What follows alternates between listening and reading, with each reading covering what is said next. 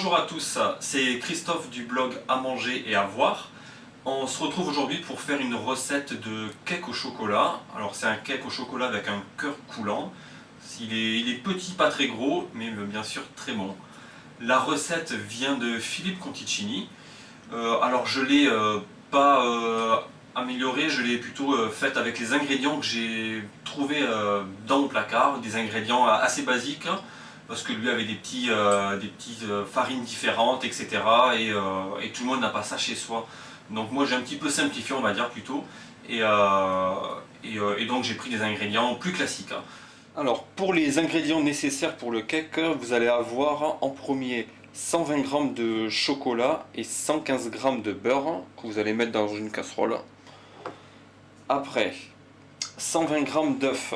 Alors c'est important de les peser. Moi ce que je fais, j'en prends là, j'en ai cassé 3, je les mixe et après je les pèse. Comme ça on est sûr d'avoir le grammage exact et c'est assez important que les grammages soient précis pour avoir une recette entre guillemets parfaite.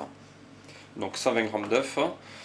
De la farine, il faudra 60 g, farine classique qu'on tamisera au dernier moment, 65 g de sucre et de la fleur de sel. Alors moi j'utilise de la fleur de sel à la vanille, ça c'est pas nécessaire, mais de la fleur de sel classique ça suffira et on prendra une bonne pincée. Voilà le moule que j'utilise pour la recette, c'est un moule à cake plus ou moins classique, il fait environ 20 cm sur 8.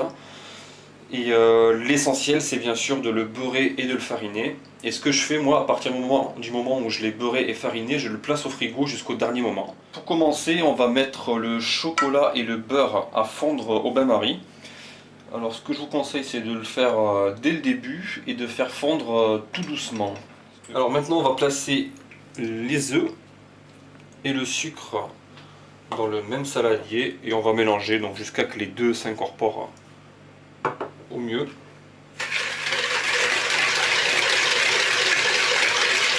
Voilà, alors là les œufs et le sucre sont bien mélangés. On va ajouter la farine qu'on tamise à chaque fois pour éviter qu'il y ait des grumeaux et que ça s'incorpore au mieux.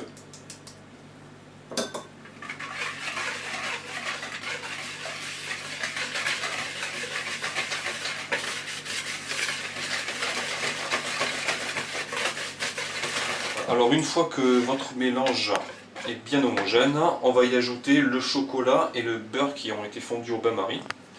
Donc vous le mettez en une fois.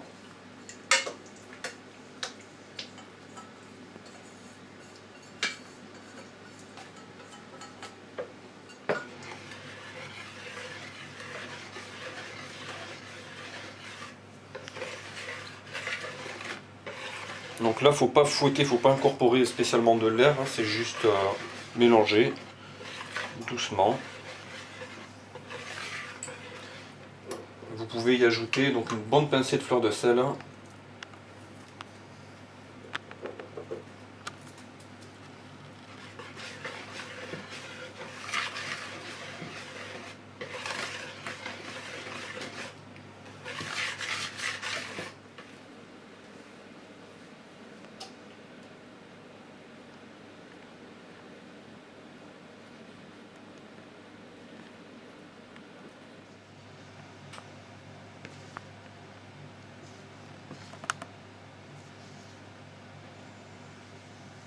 La recette est déjà terminée, alors je vous avais dit que c'était rapide et effectivement en à peine 10 minutes c'est plié.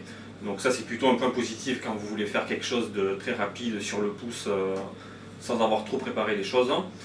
Et la dernière étape de la recette c'est la cuisson. Donc moi pour mon four je le mets à 165 degrés environ 20 minutes. Donc bien sûr c'est adapté avec votre four et à la taille de votre moule. Donc en fonction de l'épaisseur du gâteau, on monte ou on diminue le temps de cuisson.